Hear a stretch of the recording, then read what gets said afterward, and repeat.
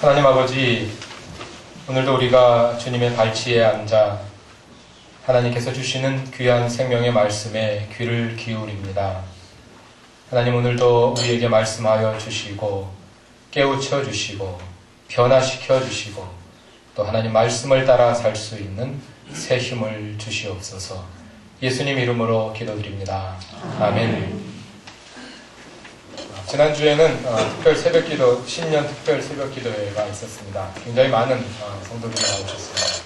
이 자리에 앉은 인원의 거의 반 정도 되는 성도들이 새벽마다 나오시고 또 가족들이 다 같이 아이들까지 나오신 가족들도 많았고요. 이렇게 함께 하나님께 기도드렸습니다. 여러 가지 또 거리가 머시고 또 사정으로 인해서 나오시지 못한 성도들이나 또 나와서 함께 기도한 성도들이나 이렇게 함께 기도하는 우리의 기도가 계속되기를 바라고, 기도를 통하여 늘 하나님의 음성에 귀 기울이고, 그래서 우리의 삶의 방향과 힘과 능력이 오직 주님으로부터 나오는 그런 귀한 그로터기 교회 성도들이 다 되실 수 있기를 바랍니다. 지난해 11월에요. 죄송합니다. 그때는 초청 강사 자격으로 와서 했던 설교를 기억하시는지 모르겠습니다. 오직 은혜라는 제목으로 복음에 대해서 설교하려고 시작을 했다가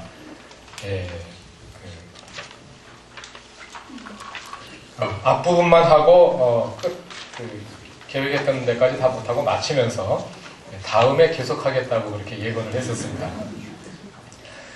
그때 말씀드린 대로 이번 주부터 몇 주 동안 몇 주가 될지 모르겠습니다만은 복음을 주제로 말씀을 생각해 보려고 합니다. 우리 기독교 신앙은 성경의 많은 책들 가운데서도 특히 바울 서신의 갈라디아서와 로마서에 담겨있는 이신득의, 즉 오직 믿음으로 의롭게 된다는 가르침의 토대를 두고 있습니다. 그런데 두 책을 읽어보면 바울이 믿음에 대해 말하는 독특한 맥락을 찾아볼 수가 있습니다. 그것은 유대인과 이방인의 관계입니다. 이방인들이 유대인들과 동일한 자격으로 하나님의 백성이 될 수 있다 하는 그 이야기를 하는 맥락에서 이신득의라는 가르침이 나오게 된 것입니다. 그래서 바울의 복음을 이해하기에 앞서서 구약성서와 신약성서가 유대인과 이방인의 관계에 대해서 어떻게 말하고 있는지 하는 내용들을 우리가 이해할 필요가 있습니다. 그래서 오늘은 구약성경에서 그 주제를 한번 살펴보려고 합니다.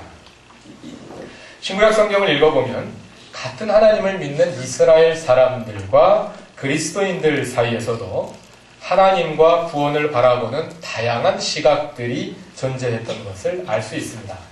오늘 우리 사이에서도 같이 하나님을 믿지만 상당히 서로 다른 신학들을 가지고 있습니다. 여러분들이 신학교에 가지 않았더라도 나름대로 자기 나름의 신학들을 가지고 있는 것입니다. 서로 다릅니다. 그러나 우리가 같은 하나님을 믿고 있습니다. 이런 다른 생각들이 공존하는 것은 오늘 우리에게만 그랬었던 것이 아니라 초대교회에도 그랬고 구약성경 시대에도 그랬습니다. 모든 사람들이 다 똑같은 생각을 가지고 있었던 것이 아니라 서로 다른 생각을 가진 사람들이, 또 다르게 하나님을 경험한 사람들이 서로 다른 하나님에 대한 그림을 가지고 그러나 한 하나님을 믿어왔던 것입니다. 이렇게 동시적으로 살펴보아도 여러 가지 다른 생각들이 공존했던 것을 볼 수가 있고, 또 그것을 역사적으로 살펴보면 시간의 흐름에 따라 이스라엘 사람들의 하나님에 대한, 구원에 대한, 그리고 신앙의 진리에 대한 여러 가지 이해들이 변화해가는 모습을 읽어볼 수가 있습니다. 이것은 마치 우리가 나이가 들어서 성숙해가면서 하나님에 대한 이해가 성숙해가는 것과 마찬가지입니다. 이 자리에 아동부와 중고등부 그리고 우리 장년들이 함께 모여서 예배를 드린다고 할 때 제가 똑같은 설교를 드리지만 나이에 따라서, 신앙의 수준에 따라서, 이해도에 따라서 똑같은 설교를 듣고도 이해하는 것이 다 다를 것입니다. 마찬가지로 하나님께서 하나님의 완전한 진리를 가르쳐 주시지만 이스라엘 사람들의 하나님을 보는 눈과 신앙이 성숙하는 정도에 따라서 하나님께서 하나님의 진리를 다 가르쳐 주셨음에도 불구하고 알아듣는 것이 다릅니다. 그래서 역사를 따라가면서 이스라엘 사람들이 경험을 통해서 성숙하고 그것을 통해서 하나님과 구원에 대한 이해가 달라져가는 과정을 우리가 구약 성경을 통해서 읽어볼 수가 있게 되는 겁니다. 그중 하나가 유대인과 이방인의 관계, 구원에 관한 문제입니다. 이스라엘 사람들이 가나안 땅에 나라를 이루고 살 때까지만 하더라도 그들은 하나님의 구원은 오직 이스라엘 사람만을 위한 것이라고 믿고 있었습니다. 이방인에게는 구원의 가능성이랑 전혀 없는 것입니다. 하나님께서 이방인은 처음부터 아예 구원하실 생각을 갖지 않으시고 이방인을 만드신 것으로 생각했습니다. 그것도 역시 그 원칙에 따라서도 여러 가지 다른 생각들이 존재했습니다만은 그 가운데서도 가장 극단적인 생각을 반영하는 한 가지 이야기가 있습니다. 하루는 아이가 아버지한테 그럼 아버지 하나님이 이방인을 왜 만드셨어요? 구원도 하지 않으실 거면서. 그랬더니 아버지가 대답하기를 지옥에 땔감이 필요해서 만든 거다. 이렇게 대답했다는 이야기가 있습니다. 가장 극단적인 그런 배타적인 사고의 선민의식의 극단을 보여주는 그런 말씀이 되겠습니다만은 하나님의 구원은 오직 이스라엘만을 위한 것이라고 생각했던 것입니다. 그러나 이스라엘이 바빌로니아 제국에 멸망당해서 포로로 잡혀가고 넓은 세상을 경험하게 되면서 하나님의 구원에 대한 그 지평에 대한 인식이 넓어지게 됩니다. 비로소 눈을 뜨게 되는 겁니다. 하나님께서 유대인만 구원하시는 것이 아니라 이방인도 사랑하고 구원하시는구나.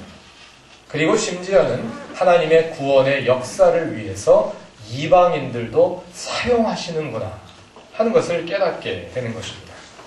이스라엘이 멸망했을 때 이스라엘은 멸망의 슬픔뿐만이 아니라 멸망을 이해할 수가 없었습니다. 우리는 하나님의 백성인데 하나님이 우리를 지키시겠다고 했는데 어떻게 우리가 저 오랑캐 바벨론 제국에 멸망당할 수가 있느냐. 멸망당했다는 슬픔보다 더 큰 슬픔은 어떻게 우리가 이방인에게 멸망당할 수 있었느냐. 이해할 수가 없었던 것입니다. 물론 그에 대해서 구약 성경은 여러 가지로 설명해 주면서 이스라엘이 하나님과의 계약을 어겼기 때문에 하나님도 더 이상 이스라엘을 보호해 주어야 할 계약상의 책임을 갖고 있지 않으시다. 그러므로 이스라엘은 멸망할 수밖에 없었다 하고 설명해 주고 있습니다. 그리고 또 한 가지 그런 과정을 통해서 이스라엘 사람들은 하나님께서 바빌로니아 제국을 이스라엘을 징계하기 위해서 몽둥이로 사용하셨구나 하는 것을 깨닫게 됩니다.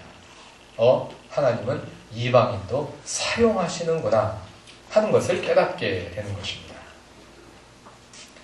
이렇게 이스라엘 사람들의 눈이 열리기 시작을 하면서 구원의 지평이 이방인들에게까지 확장되어가는 그러한 모습들이 성경에도 나타납니다. 예를 들어서 이사야 49장 6절을 보면 예언자 이사야는 하나님께서 땅끝까지 하나님의 구원이 미치게 하려고 이스라엘을 문민족의 빛으로 삼았다고 선언합니다. 하나님의 구원이 가나안 땅에 이스라엘 민족의 테두리 안에 머물지 않고 땅 끝에까지 모든 민족에게까지 미친다는 것입니다. 그래서 하나님께서 이스라엘만 구원하시는 것이 아니라 모든 민족을 구원하기 위해서 하나님께서 이스라엘을 온 세상의 빛으로 삼았다는 것입니다. 이스라엘이 빛이 되어서 온 세상을 비추어서 다른 민족에게까지도 하나님의 구원이 미치도록 하는 그런 사명을 이스라엘이 맡게 되었다 하는 그러한 말씀입니다. 그 전에는 찾아볼 수 없는 이스라엘의 눈이 열리고 있는 것을 보여주는 그런 말씀입니다. 또 이사야 56장 3절과 6절을 보면 이방 사람이라도 주님께로 온 사람은 하나님의 백성과 차별하지 않으시며 주님을 섬기려고 하는 이방인들은 주님의 이름을 사랑하여 주님의 종이 될 수 있다. 이방인도 차별하지 않고 이방인들도 주님의 종이 될 수 있다. 이렇게 선언하고 있습니다.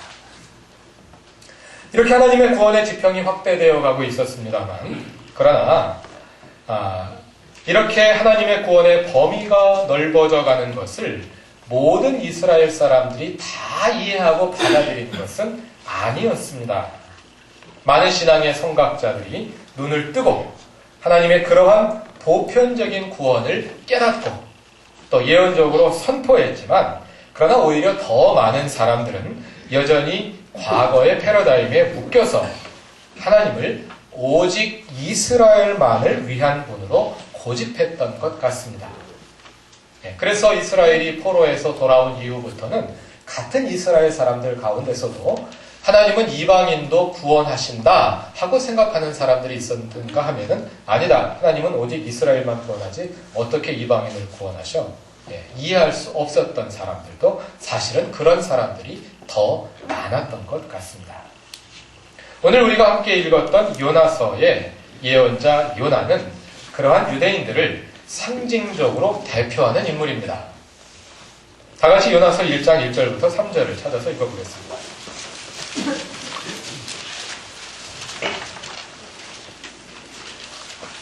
요나서 1장 1절부터 3절까지 다 같이 읽겠습니다. 주님께서 아미떼의 아들 요나에게 말씀하셨다. 너는 어서 저 큰 성읍 니느웨로 가서 그 성읍에 대고 외쳐라. 그들의 죄악이 내 앞에까지 이르렀다. 그러나 요나는 주님의 낯을 피하여 스페인으로 도망가려고 길을 떠나 욥바로 내려갔다. 마침 스페인으로 떠나는 배를 만나 배 삭슬 내고 사람들과 함께 그 배를 탔다. 주님의 낯을 피하여 스페인으로 갈 셈이었다. 요나서는 예언자 요나가 하나님께서 주시는 명령을 거역하는 이야기로부터 시작됩니다. 하나님은 요나에게 니느웨로 가서 회개를 선포하라고 명하십니다. 그러나 요나는 그러한 하나님을 이해할 수가 없습니다. 왜냐하면 니느웨는 적국의 도시이기 때문입니다. 니느웨를 이해하기 위해서 우리가 이스라엘의 역사를 잠시 돌아볼 필요가 있습니다. 이스라엘은 다윗과 솔로몬 왕 때는 하나의 왕국이었습니다. 그러나 솔로몬의 아들이 왕이 된 후에 이 나라가 남과 북으로 둘로 나뉘게 됩니다. 그래서 북왕국은 이스라엘이라는 이름을 가지게 됐고 남왕국은 유다라는 이름을 가지게 됐습니다. 우리가 이스라엘 사람들을 가리켜서 이스라엘 사람이라고 부르기도 하고 유대인이라고 부르기도 하는데 이 두 가지 이름은 그 분열 왕국 시대에 나오게 된 것입니다.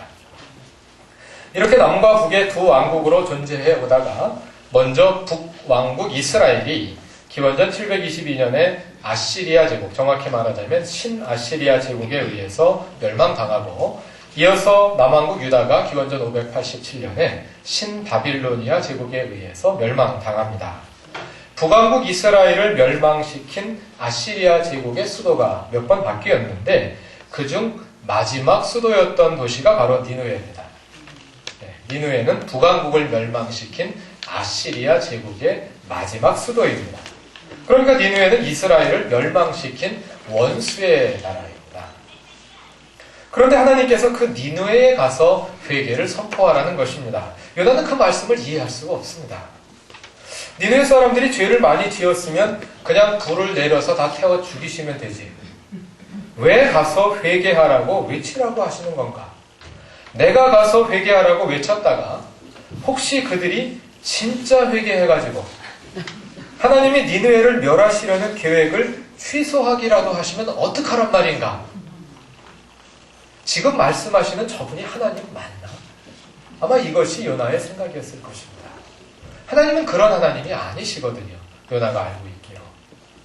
아니면 하나님이 뭘 지금 잘못 생각하시는 것이 틀림없다. 요나는 이렇게 생각했을 겁니다. 그러니까 요나가 하나님을 거역하는 것도 이해가 되는 거죠. 하나님이 안 하시던 말씀을 하시거든요. 하나님이 이상해지신 겁니다. 요나가 그 말씀을 따를 수가 없는 겁니다. 도망가는 겁니다. 그 이후의 이야기는 여러분들이 잘 알고 계실 겁니다. 근데 알아도 또 들으면 재미있는 이야기이기 때문에 주일학교로 돌아왔다고 생각하시고 다시 한번 들어보시기 바랍니다. 자세하게 이야기를 하겠습니다. 요나가 탄 배가 바다에 그 이스라엘을 중심으로 볼 때 니느웨는 동쪽에 있습니다. 북동쪽에 있는 도시입니다. 그리고 이스라엘, 팔레스타인이 있고 여기 이제 바다 지중해가 있습니다. 그런데 요나는 북동쪽으로 가지 않고 이 서쪽 지중해에 있는 요빠 항구에 나가서 배를 타고 서쪽 나라 스페인으로 지금 도망갈 참이었습니다. 요나가 탄 배가 바다에 들어서자 하나님께서 바다 위로 큰 바람을 보내십니다. 바다에 큰 풍랑이 일어나서 배가 거의 부서질 지경이 되었습니다. 뱃사람들은 두려운 나머지 저마다 자기 신들에게 부르짖어 기도합니다. 그리고 배에 실은 짐을 바다에 던져서 배를 가볍게 합니다. 그러나 요나는 배 밑창에 내려가서 세상 편하게 깊은 잠에 빠져 있습니다. 선장이 가서 보니 기가 찰 노릇입니다. 선장이 요나를 보고 소리를 칩니다. 당신 지금 제정신이요? 당장 일어나서 당신의 신에게 살려달라고 부르짖으시오. 뱃사람들은 도대체 누구 때문에 이런 일이 일어났는지 알아보기 위해서 제비를 뽑습니다. 제비를 뽑아보니까 그 제비가 요나에게 떨어집니다. 그 사람들이 요나에게 도대체 어찌 된 일이냐고 다그쳐 묻습니다. 요나가 자초지종을 다 이야기합니다. 내가 하나님의 명령을 거역하여 달아나는 중이기 때문에 하나님이 막으시려고 이러는 거라고 이야기합니다. 그들이 다시 묻습니다. 그럼 우리가 어찌해야 저 바다가 잔잔해지겠소? 요나가 대답합니다. 나를 들어서 바다에 던지시오.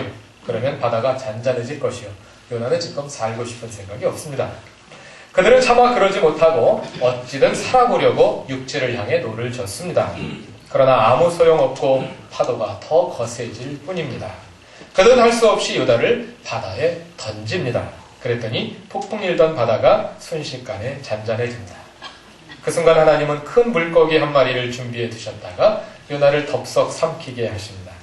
요나는 물고기 뱃속에서 사흘 밤낮을 지내며 기도합니다. 그리고 사흘로 하나님은 그 물고기에게 명하셔서 요나를 무태다가 뱉어내게 하십니다. 그리고 하나님이 요나에게 다시 명령하십니다. 너는 어서 저 큰 성읍 니느웨로 가서 이제 내가 너에게 한 말을 그 성읍에 외쳐라. 요나는 이제 할 수 없게 되었습니다. 그래서 하나님 말씀대로 니느웨로 갑니다. 니느웨는 굉장히 큰 성입니다. 한 바퀴 둘러보는 데만 사흘이 걸리는 아주 큰 성읍입니다. 요나는 그 성읍으로 돌아가서 다니면서 외칩니다.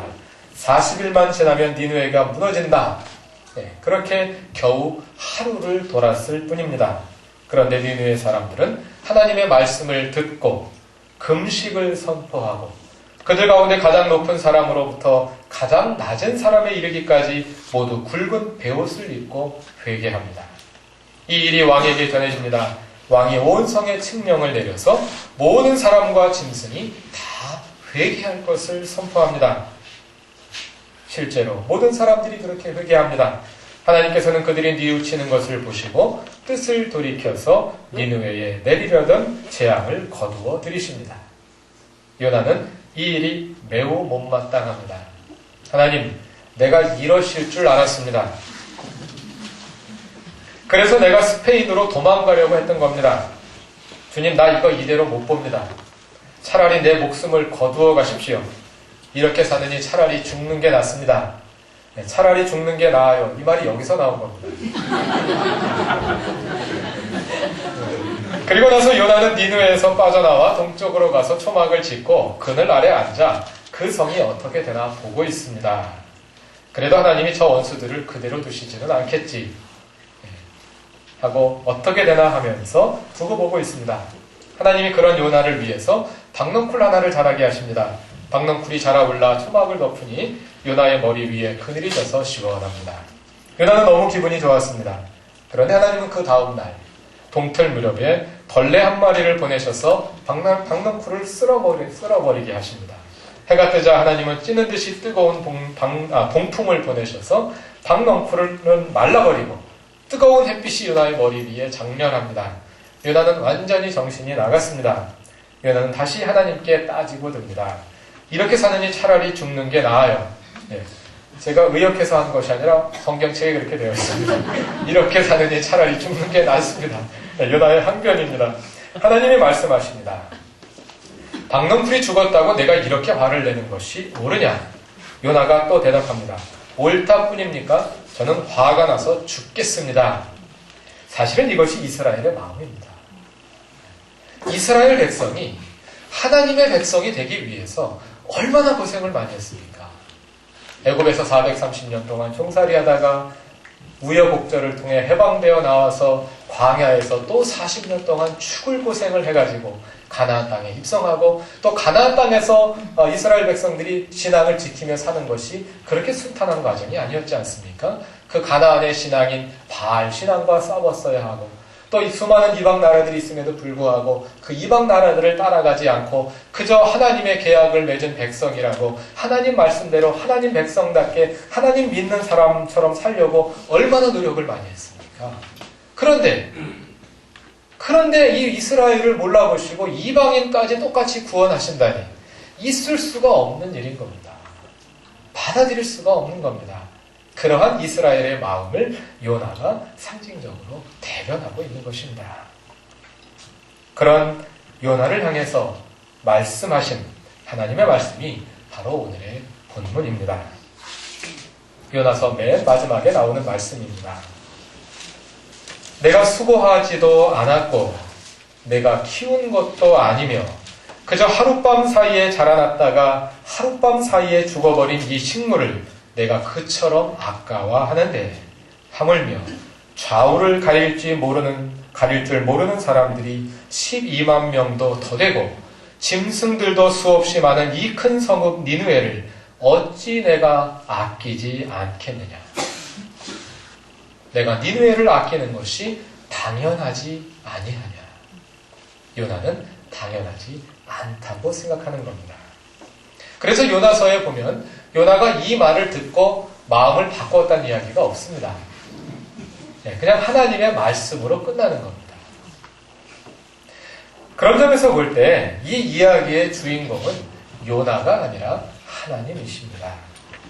요나서는 요나의 이야기가 아니라 요나를 위해 주시는 하나님의 이야기인 것입니다. 요나와 같은 유대인들, 즉 하나님의 구원이 이방인들에게까지 미치는 것을 이해하지도 못하고 받아들일 수도 없었던 그런 이스라엘 사람들을 향하여 하나님께서 하시는 말씀이 바로 요나서입니다. 하나님은 온 민족을 구원하시기 원하십니다. 그러나 우리는 때로 집단주의적인 사고에 빠져서 집단주의적인 사고가 딴 건 아닙니다. 우리 편은 맞고 저 편은 다 틀리다. 이게 집단주의적인 사고죠. 우리는 매우 쉽게 그러한 식으로 사고하게 됩니다. 그래서 내 집단 밖에 있는 존재들을 구원하시는 하나님을 잘 이해하지 못합니다. 하나님은 나만을 위하시고 다른 사람은 위하지 않는 분처럼 착각합니다. 하나님은 우리 가족만 위하시고 다른 가족에게는 무관심한 분으로 오해합니다. 하나님은 우리 민족만 위하시고 다른 나라는 신경 쓰지 않는 분으로, 하나님은 우리 인간들만 위하시고 자연은 거들떠보지 않는 분으로 이렇게 만들고 싶어하는 것입니다. 그러나 하나님은 구약의 이스라엘을 통하여 그리고 신약의 초대교회의 역사를 통하여 우물 안 개구리식의 한계에 갇혀있는 우리들의 눈을 열어주십니다. 그래서 그 이후에 요나 이후에 또 이스라엘 백성들이 바벨론의 포로로 사로잡혀 갔다가 돌아온 이후에 유대교 사상에는 크게 두 개의 신학적인 흐름이 나타났다고 합니다. 하나는 하나님이 유대인만 구원하신다는 여전히 배타적이고 보수적인 신학, 더 지배적이고 주류의 신학이었고, 다른 하나는 하나님께서 유대인뿐만 아니라 모든 인류를 구원하신다는 보편주의 신학이었습니다. 바벨론 포로 이후에 유대인들은 전 세계로 흩어져 나가게 되었고, 유대인들의 도덕과 종교에 매료되어서 유대교로 개종하려는 이방인들이 생겨나게 되었습니다. 그때 보편주의자들은 이러한 이방인 개종자들을 인정하고 받아들였습니다. 이방인들도 유대교로 개종할 수 있다. 반면에 보수주의자들은 이방인의 개종을 인정하지 않았다고 합니다. 이방인들이 유대교로 개종하려 하여도 너희는 하나님의 백성이 될 자격이 없다. 인정하지 않았다고 하는 것입니다. 이런 보수적인 흐름을 반영하는 것이 유대교의 샴마이 학파라는 학파이고, 보편주의 흐름을 반영하는 것이 유대교의 힐렐 학파입니다. 그래서 유대교에는 샴마이 학파라는 보수적인 흐름과 힐렐 학파라는 비교적 개방적인 두 개의 흐름이 공존하고 있었다고 합니다. 이런 흐름은 바리새인들과 사두개인들 사이에도 나타났는데, 사두개인들은 이스라엘의 제사장 그룹이자 지배 집단입니다. 그래서 보수적인 신학을 견지하고 있어서 이방인의 개종을 인정하지 않는 편에 속해 있었고, 반면에 바리새인들은 이방인의 개종에 대해서 긍정적인 입장에 있었다고 합니다. 그리고 이러한 두 흐름은 예수를 믿는 사람들 가운데도 나타났습니다. 그래서 예수를 믿는 유대인들 가운데서도 이방인도 예수를 믿을 수 있다는 사실을 전혀 이해하지 못하는 그런 사람들이 있었습니다. 우리가 다음 주일에는 사도행전을 읽어보려고 합니다만, 사도행전을 읽어보면은요, 초대교회가 처음에는 이방인들에게 전도하겠다는 생각 자체를 가지고 있지 않았습니다. 예수를 전도하지만 오직 유대인들에게만 전도를 했습니다. 이렇게 한편에는 오직 유대인들에게만 구원이 임한다고 생각하는 그리스도인들이 있었는가 하면, 반대편에는 바울처럼 적극적으로 이방인 전도에 나선 그런 사람들도 있었던 것입니다. 초대교회도 서로 다른 사람들, 오늘만 여러 개의 교파가 있는 것이 아니라 사실은 초대교회에도 교파가 있었던 것은 아니지만 여러 개의 다른 생각들이 공존하면서 한 하나님을 믿고 있었다는 것입니다. 기독교는 원래 유대인들 사이에서 시작되었습니다. 예수님도 유대인이고 제자들도 유대인이고 처음에 예수를 믿는 사람들은 다 유대인들이었습니다. 그러나 바울처럼 이방인에게 복음을 전한 사도들을 통해서 그리스도교 신앙은 이방인들 사이에 빠른 속도로 확장되었고, 그래서 얼마 지나지 않아서 기독교는 이방인 중심의 종교로 다시 태어나게 되었습니다. 그래서 유대인이 아닌 우리들에게도 예수 그리스도의 복음이 전달되었던 것입니다. 하나님의 구원의 역사는 우리가 이해할 수 있는 테두리 내에서 이루어지기도 하지만 우리의 고정관념을 넘어서 전혀 기대하지 않던 모습으로 나타나게 됩니다. 따라서 우리는 하나님께서 우리를 위해 여시는 새로운 역사에 대해서 늘 기대하는 마음으로, 늘 열린 마음으로 준비되어 있어야 합니다. 어제는 운영위원회 워크숍이 있어서 하루 종일 운영위원들이 모여서 우리 교회의 현안과 진로에 대해서 논의를 했습니다. 운영위원들 역시 하나님께서 우리 교회를 위해 여시는 새로운 미래를 기대하면서 그 과정에서 주어진 사역들을 잘 감당하기 위해서 준비하고 논의하시는 것을 보았습니다. 하나님의 역사는 종종 우리가 설정해 놓은 테두리 밖에서 일어납니다. 저도 생각하지 못했고 여러분들도 생각하지 못했던 그러한 역사를 하나님께서는 우리 교회에 일으키실 수 있다는 것입니다. 그래서 우리는 우리의 테두리 내에서 최선을 다했지만 기대하던 목표에 이르지 못했을 때 더더욱 그러한 하나님의 역사를 기대하며 우리의 눈을 하나님께로 들어야 할 것입니다. 하나님께서 친히 이루실 것입니다. 하나님께서 우리보다 더 잘 하실 것입니다. 하나님께서 그러한 그 역사에 우리를 사용해 주실 것을 기대하며 모든 것을 하나님께 맡겨드립니다. 다 같이 기도드리겠습니다. 하나님, 그루터기 교회를 세우시고 이 교회를 통하여 지난 15년간 하나님의 선하고 아름다운 역사를 이루어 오셨습니다. 그 모든 과정에 우리 성도들이 함께 있게 하셨음을 감사합니다. 또 하나님께서는 우리를 위해서 새로운 역사를 계획하시고 열어주심을 감사합니다.